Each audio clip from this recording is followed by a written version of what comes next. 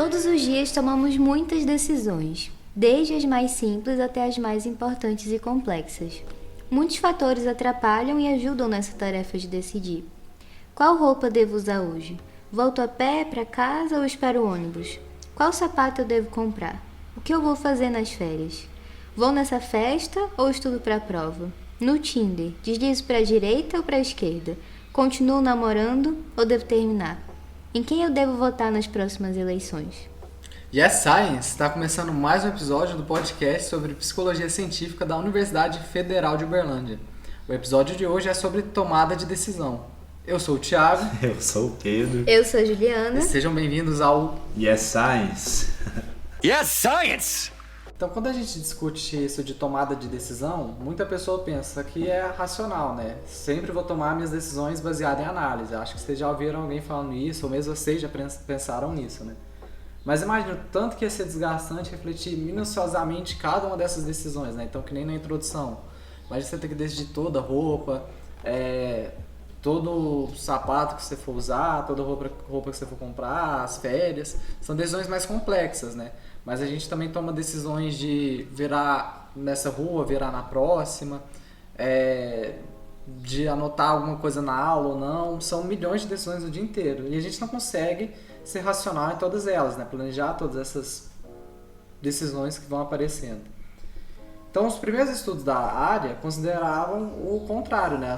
Era uma teoria utilitária que chamava os modelos normativos.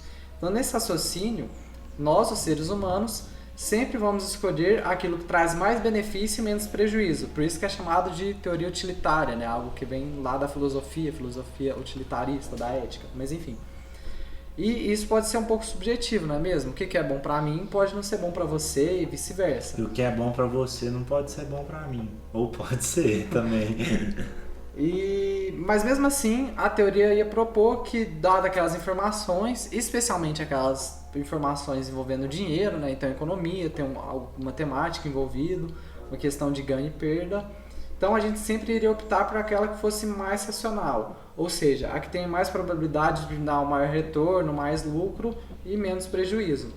Só que isso pressupõe uma racionalidade limitada do ser humano, né? Um processamento muito grande de informação. Em contraposição a esses modelos, foram surgindo os modelos descritivos, em especial aqueles que foram propostos pelo Tversky, que já é falecido, e pelo Daniel Kahneman, né? Tem um livro famoso dele. Foram os dois que escreveram um livro famoso. Foi só o Kahneman que escreveu o livro, o Rápido e Devagar. Inclusive o Kahneman recebeu um prêmio Nobel de Economia por causa desse trabalho. E as contribuições que ele teve nesse campo da economia comportamental, né? Então, para descrever esses modelos descritivos deles, descrever modelo descritivo dá uma bela camisa, né? Dá uma bela camisa. Mas então, para exemplificar esse modelo dele, a gente pode usar um exemplo bem famoso, né? Que vou até perguntar aqui para vocês dois. Eu vou te dar duas opções agora. Você prefere ganhar R$30 com toda certeza, já vou te dar os R$30, ou você prefere jogar no cara ou coroa, que se você perder, você errar cara ou coroa, você ganha só 10, e se você acertar, você ganha R$50. Eu prefiro a segunda opção, porque de qualquer jeito eu vou sair ganhando algum valor. Exatamente. Então vocês foram totalmente contra a teoria. Porque Odeio teorias. Quando eles fizeram esse tipo de pergunta, 80% das pessoas preferiam ter certeza do ganho. Elas preferiam ser mais conservadoras, ter certeza que elas ganhariam uns R$30. Eu, por exemplo, acho que seria conservador. Eu, inclusive, fiquei fascinado pelo livro, porque quando eu li essa parte, foi, com certeza eu queria ganhar os R$30.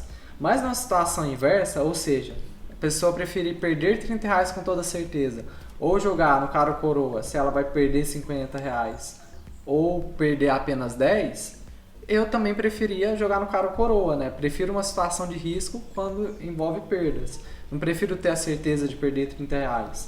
Então, embora a situação seja a mesma, o que a gente esperaria é ver o mesmo padrão, né? Então, se 80% das pessoas preferiam a certeza no ganho, então é esperado que 80% também prefira essa certeza na perda, né? Mas os resultados meio que se invertem. Então, o que eles demonstraram nesses modelos descritivos é que as pessoas procuram o risco quando elas envolvem situações de perca e elas preferem a certeza quando envolve situação de ganho. Um outro exemplo, né, que a gente pode falar sobre, por exemplo, investimento em bolsa de valores. Então tem alguma ação que está gerando lucro, está me gerando um ganho já, eu estou doido para sair. Agora açaí tá, você viu? Não. Agora açaí tá em alta, ó. Eu nem visto, eu só li num site de notícias, mas é Então, por exemplo, alguém que não tem noção, não tem muita familiaridade com esses vieses, quando já investiu nessa ação do açaí e está ganhando dinheiro, ela já prefere ter certeza que saiu com algum ganho. Enquanto se essa ação do açaí tivesse em decadência, tivesse desvalorizando, a pessoa ia falar, deixa rolar, vai que em algum momento melhora. Então ela ia preferir ter algum risco nesse sentido. Só que essa teoria, embora ela tenha seu valor, né, tanto que deu um prêmio Nobel para o Kahneman, ela não é tão consistente quando essa probabilidade não é explícita, né? Que nem eu falei, cara, coroa, 50% de chance. E qual é a outra situação que tem, além de fornecer a probabilidade explicitamente? Né? Algo por feedback ao participante. Então alguns resultados até se invertem. Então no cassino, por exemplo, a probabilidade não está explícita, né? Você tem 3% de chance de ganhar nessa situação, você vai ganhar tanto dinheiro. Ela funciona mais por feedback, né? Se a gente pensar naquela roleta, não sei como que chama, que você puxa o gancho e vai saindo os numerozinhos, você sai 3 sets, você fica milionário. Entendi. Essa aí, caça-níquel. Caça-níquel, né? Ela funciona por feedback, né? Alguns momentos você vai ganhar um pouco, outros você vai ganhar um pouco mais, e é uma probabilidade que não está explícita. Então nessa situação vai ter envolvido outros fatores como aprendizagem para o reforço. Se você for parar para pensar, né? Você chama o seu cachorro, sei lá, como que é o nome de um cachorro? Ted. E aí você quer ensinar o Ted a dar a patinha. Você vai fazer com que o TED ele emita respostas, né? Ele se comporte de uma maneira que ele vai chegar cada vez mais perto de te dar a patinha. Então você vai, cada vez que ele chegar mais perto dessa resposta, você dá um aperitivo para ele, né? Tipo um petisco que ele gosta. Quer dizer que você está reforçando o comportamento do seu bichinho. Que é a mesma coisa quando a criança faz alguma coisa que os pais aprovam, eles vão lá e dão um doce para ela. Então a criança vai entender que se ela se comportar daquela forma mais vezes, ela vai receber o doce, né? Que é o reforço. E no caso do cassino, o reforço seria justamente ganhar alguma coisa, né? Só que o cassino é o seguinte, esse reforço ele não vem toda vez, é imprevisível. Por exemplo, você pode se comportar, você pode apertar lá o caça-níquel quantas vezes for, que não vai ter uma garantia de que você vai ser reforçado. E ao mesmo tempo você pode apertar 3 vezes seguidas e ganhar as 3 vezes. Isso, então é um negócio imprevisível. Por isso que é um tipo de reforçamento que é por razão variável. Por isso que o cassino dá tão certo, né? Porque a gente vai ficar vidrado, vai ficar de maneira viciada, né? A gente fica viciado naquilo. Então, é igual jogar na loteria, né? Você pode jogar uma vez e ganhar, ou você pode jogar a vida toda e não ganhar. E nesses casos que funcionam por feedback, o modelo descritivo do Kahneman e do Tversky não funciona tão bem. Mas tipo, aí a pessoa pensa, mas eu não ganho e continuo jogando. Por quê? Pode ser tanto por expectativa de ganhar, do prêmio ser muito alto, ou de você ter chegado perto outras vezes, né? Que funciona dessa maneira também, né? Ter quase alcançado o prêmio. Outra contribuição de Kahneman é a teoria de processo dual, que consiste em 2 sistemas. O sistema 1, ele é rápido e intuitivo, mas acometido por erros. E o sistema 2, ele é lento, mas ele é mais lógico, menos acometido por erros. Nessa teoria, o sistema 1 é o que mais está em ação a maior parte do tempo no nosso dia a dia. Aquelas situações cotidianas, triviais que falamos no começo, como escolher a roupa, muitas vezes serão tomadas pelo sistema 1. É claro que isso vai variar de contexto para contexto e de acordo com cada pessoa. Se a gente pensar melhor em escolher roupa para um casamento, talvez a gente utilize o sistema 2. Outro exemplo interessante é sobre o xadrez.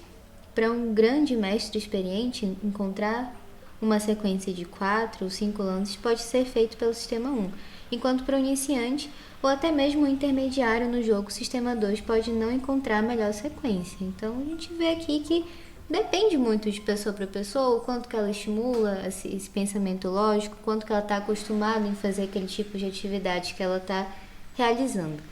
E uma das formas que as pesquisas utilizam para avaliar, para ver essa ideia do sistema 1, sistema 2 trabalhando, né? Sistema 1 automático, sistema 2 lento, são os testes CRT, que é teste de reflexão cognitiva, teste de reflexão intuitiva, que é baseado nessa teoria do processamento dual.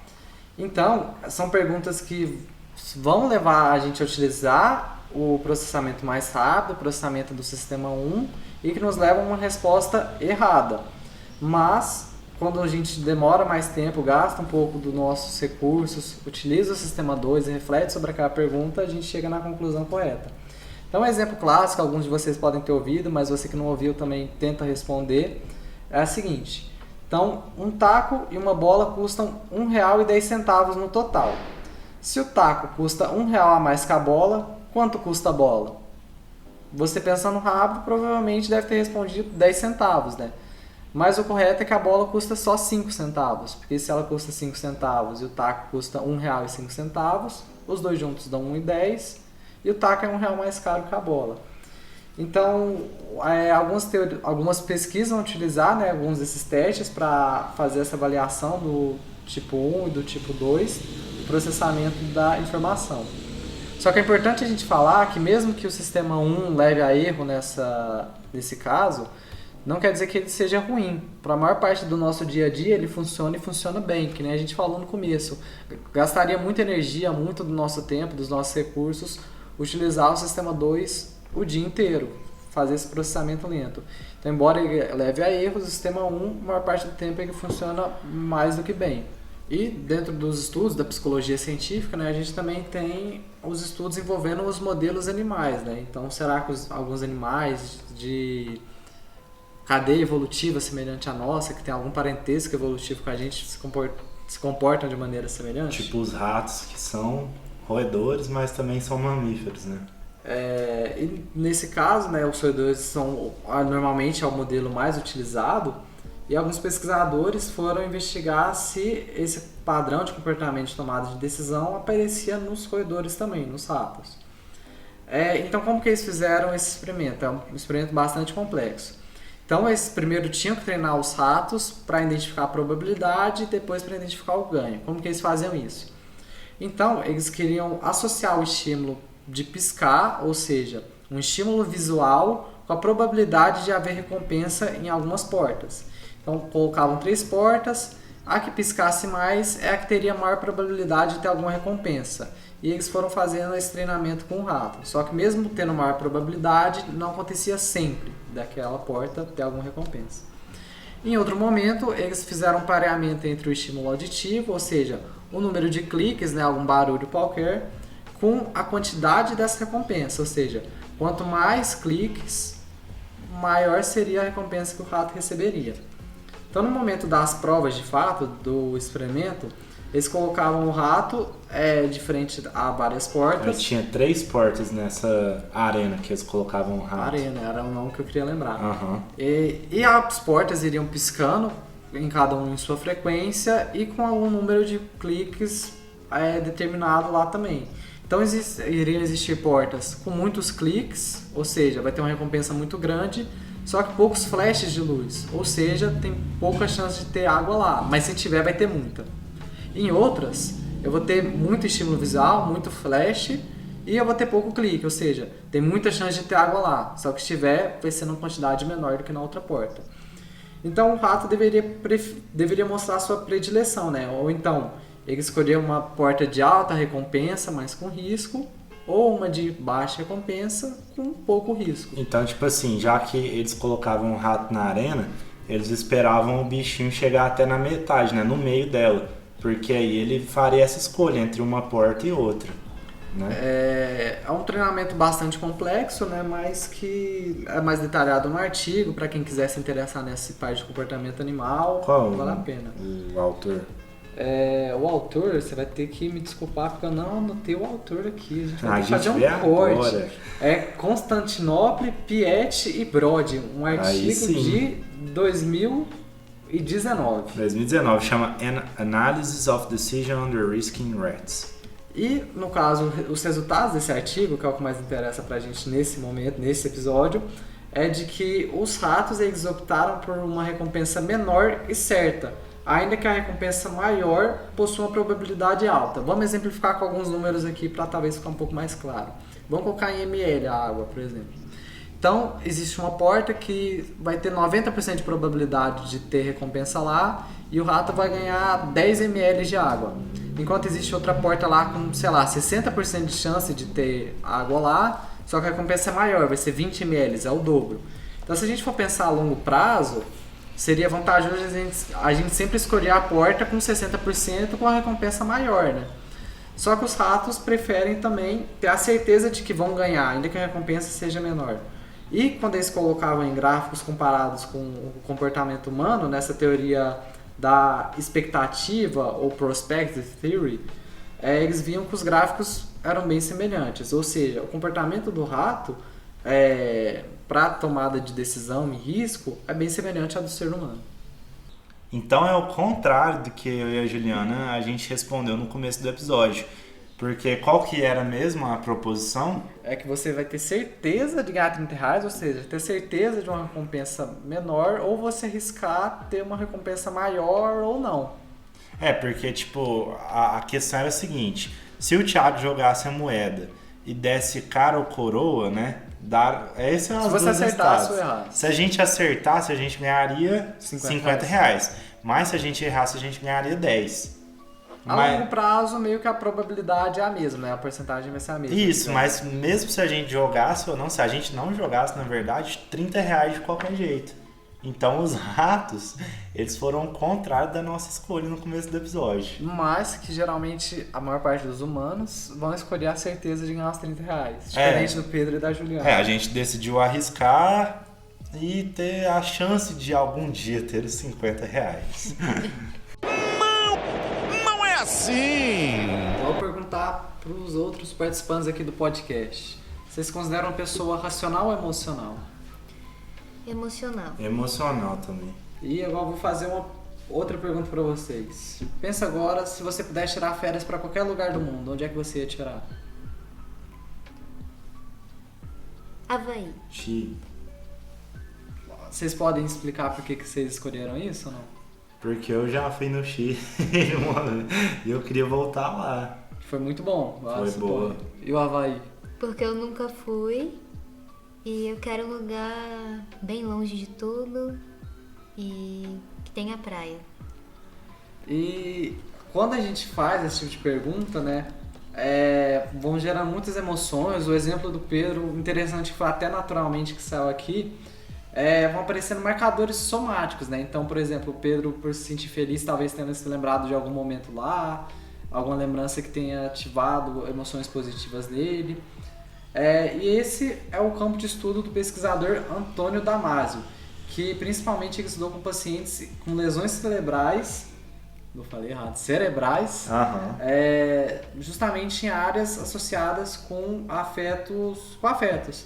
Então são os que ele chama de marcadores somáticos. Então esses pacientes possuíam lesões na região pré-frontal, estão se tornando insensíveis a esses marcadores. Então são pessoas que têm a memória funcionando da mesma forma, mas não têm a carga afetiva dessa memória. Então, se o Pedro tivesse uma lesão nessa área, ele iria se lembrar da viagem no Chile, ia dar conta de relatar sobre ela, mas não ia ter nada afetivo relacionado a isso. Ele observou que sem a emoção se torna praticamente impossível tomar decisão. Então tem um vídeo que a gente vai inclusive deixar nas redes sociais que ele comenta de que alguns pacientes, quando ele perguntava para ele se ele prefere a próxima consulta na terça ou na quarta-feira, e para o paciente aquela decisão não era tanto faz, né? A gente escolhe rapidamente, pode ser na terça, então pode ser na quarta, a gente não reflete muito sobre isso. Esses pacientes ficavam refletindo por 30, 40 minutos, ou seja, sem um marcador somático, sem algum valor afetivo, sem algo afetivo, eles não eram capazes de tomar a decisão. Tipo, eles tinham as lesões no córtex pré-frontal, as lesões cerebrais. Isso, que está mais ligado com função executiva. Isso mas que a gente pode falar que é muito importante na questão do planejamento de atividades, né? E interessante como ele relata isso a partir também das emoções, né? Que foi algo que nesses pacientes não estava muito presente. E uma forma dele investigar isso, né, de forma experimental, foi fazendo um teste que é uma tarefa de aposta, em que ele colocava 4 montes, né, o monte A, B, C e D, E a pessoa ia retirando essas cartas e cada um dava uma certa quantidade, aí relata em dólares, né? Mas a gente pode pensar em pontos, né? Ou qualquer que seja a forma. E existem dois tipos de monte, né? O monte C e o monte D, eles apresentam ganhos menores, ganhos de $50. Mas as cartas de perda também vão ser menores, $250. Quanto nos montes A e B, os ganhos são maiores, né? Então, se no monte C e D o ganho é de 50, no monte A e B o ganho é de $100, é muito maior o ganho. Mas a perda é muito maior também, $1.250, enquanto no outro é 250. E a frequência de perda é 1/10, ou seja, a cada 10 cartas que eu tiro, uma só é de perda. Então, uma pessoa que está lá começando a jogar, tira a carta A e B e vai ganhando $100, então pensa, nossa, esse monte é melhor. Aí vai tirar na carta C e na carta D, vai ganhando bem menos, vai ganhando $50. Mas quando ela perde, nos montes A e B, ela perde uma quantidade absurda, 1.250. De qualquer forma, a longo prazo, nesse tipo de tarefa, é preferível que a pessoa somente retire cartas do monte C e do D e nunca jogue no monte A, porque a longo prazo ele é perdedor. E quando pessoas, entre aspas, normais, ou seja, sem lesão cerebral, fazem essa tarefa, ao longo do tempo elas percebem que o monte A e o monte B não valem a pena ser jogados, jogam somente no monte C e no monte D. Já os pacientes com lesão cerebral, eles continuavam jogando no monte A e no monte B porque aquele ganho parecia valer mais a pena, né? Não parecia haver algum tipo de aprendizagem. Então, quer dizer que as emoções vão estar ligadas tanto com nossa tomada de decisão, também como a nossa aprendizagem. Então, tipo, é que o processo de aprendizagem, deles perceberem que os monte A e B tirariam $250 deles no final, e o monte C e D acrescentariam $250, era prejudicado. Porque como o monte A e B tem um ganho maior a princípio, essa é a única informação, né? Basicamente, que eles usam para decidir. Mas aí que tá o pulo do gato. A perda dele também é muito maior e não rola nenhuma aprendizagem lá. Então, quando alguém te perguntar se você age mais na razão ou na emoção, você tem que lembrar que a gente age baseado nos dois. E se a gente distinguir razão e emoção como coisas opostas, não faz nenhum sentido psicológico. A gente pode trazer para nossa conversa a área médica, uma área que envolve muitas tomadas de decisões arriscadas. Portanto, uma área privilegiada para a gente estudar os efeitos da estruturação. A gente pode citar aqui um exemplo feito por Gong e seus colaboradores em 2013, que envolveu a decisão de médicos pela radiação, uma opção considerada conservadora, e cirurgia, uma opção considerada arriscada. Ambas escolhas para o tratamento de câncer de pulmão. E eles conseguiram mostrar que quando as informações eram apresentadas em termos de sobrevivência, ou seja, de ganho, os médicos preferiam a cirurgia, uma opção mais arriscada. E quando eram apresentadas em termos de mortalidade, de perda no caso, preferiam a radiação. Se a gente comparar com os estudos clássicos da estruturação, a gente pode observar que o padrão se inverte aqui, já que a opção arriscada é preferida ao mostrar as opções em termos de perdas, e a opção conservadora é preferida ao mostrar as opções em termos de ganhos. Outros estudos envolvendo procedimentos invasivos, como cirurgias, também mostraram essa tendência a se escolher a opção arriscada quando as opções eram apresentadas em termos de ganhos. Então a gente pode dizer que, embora o modelo que eles criaram seja sólido, tenha a sua validade, principalmente nos contextos de probabilidade, contexto financeiro, ele não é generalizável, né? Vai depender de cada contexto, cada situação. Então, por exemplo, na área médica existem outros termos, outras análises que se fazem dessa avaliação de risco e ganho. Então a gente tem que ter cuidado com essa generalização, ainda que sejam teorias bem sólidas. Acabou! Para a gente finalizar o nosso episódio, é preciso falar sobre as heurísticas, né? As heurísticas como formas de tomada de decisão também. Porque, na verdade, se a gente for pensar, elas são atalhos cognitivos. É possível a gente descrever as heurísticas dessa maneira. E um exemplo é a heurística da disponibilidade, que você assiste, né, diariamente jornais, entra em sites, no Twitter, no Instagram, E muitas vezes tem informações, né, que são muito frequentes. Você abre e tem aquela informação várias vezes. Pode ser uma fake news, né? Por exemplo, uma fake news relacionada às eleições.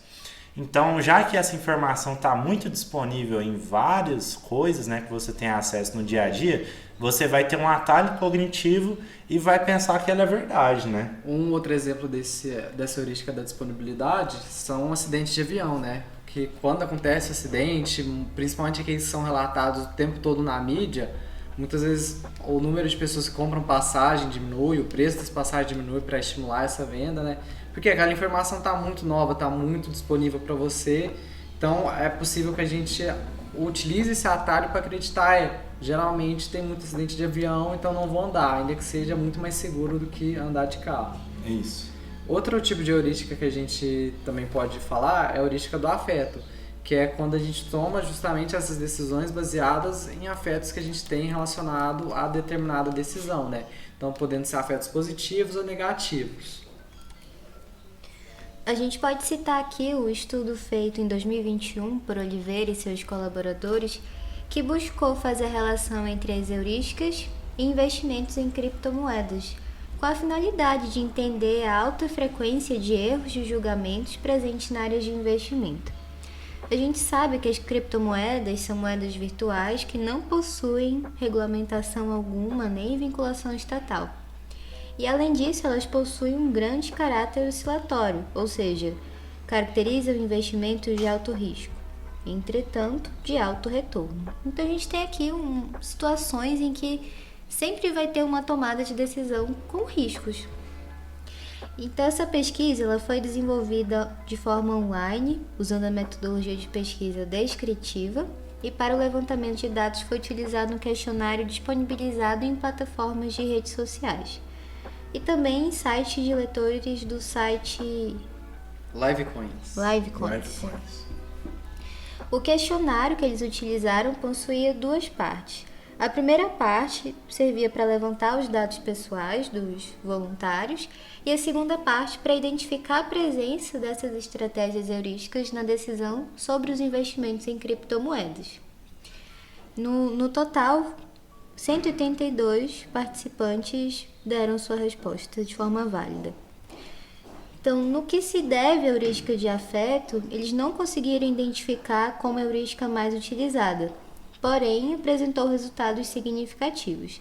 Identificou-se que 47% dos entrevistados recorrem a questões afetivas para tomar decisões. Esses participantes apontam preferência aos investimentos de alto retorno, desconsiderando os riscos de perda, ou seja, deixam sua afeição pelos investimentos arriscados guiarem suas percepções sobre os pontos positivos e negativos desse investimento. Assim, eles conseguiram observar que nesse estudo, na maioria das vezes, quando se acredita estar tomando uma decisão racional, na verdade os investidores estão sofrendo grande influência de processos heurísticos, que em parte justificaria algumas perdas financeiras. Então, para finalizar o episódio, né, vamos retomar um pouco. A gente discutiu alguns processos que estão relacionados com a tomada de decisão, né? Inicialmente, aquela ideia de que nós, seres humanos, somos racionais, vamos tomar sempre a decisão correta. Isso meio que caiu por baixo pela teoria do Kahneman e do Tversky, né? Aquela questão das probabilidades, que são exemplos sólidos, mostram que nós temos aversão a... Nós não vamos correr riscos quando se envolve ganhos, mas temos a tendência a procurar esses riscos quando se envolve perdas. E esse sistema não aparece em todos os casos, né? Como foi o caso do cassino, como são as decisões médicas. Outra coisa engraçada da gente pensar é sobre o investimento energético que você faz para tomar decisão, né? Às vezes você está com preguiça e, na verdade, é uma teoria dentro do campo da psicologia cognitiva, que o ser humano ele seria uma espécie de avaro cognitivo, né? Que ele não tomaria grandes esforços para tomar uma decisão, né? Pensar quais que seriam os prós, os contras. E simplificando isso, seria mais a teoria do sistema 1, sistema 2 do processamento. Mas então são vários os vieses que a gente pode comentar, as heurísticas, os estudos em tomada de decisão, a questão da razão e da emoção. São vários estudos, tem muito mais conteúdo para a gente falar. Se você gostou desse episódio e quer mais sobre o tema, fale nas redes sociais, que tem bastante coisa para falar. Interajam com a gente e muito obrigado para quem ficou até aí. E uma indicação muito boa é o livro do Kahneman, né? O Rápido e Devagar. E é isso, é Science.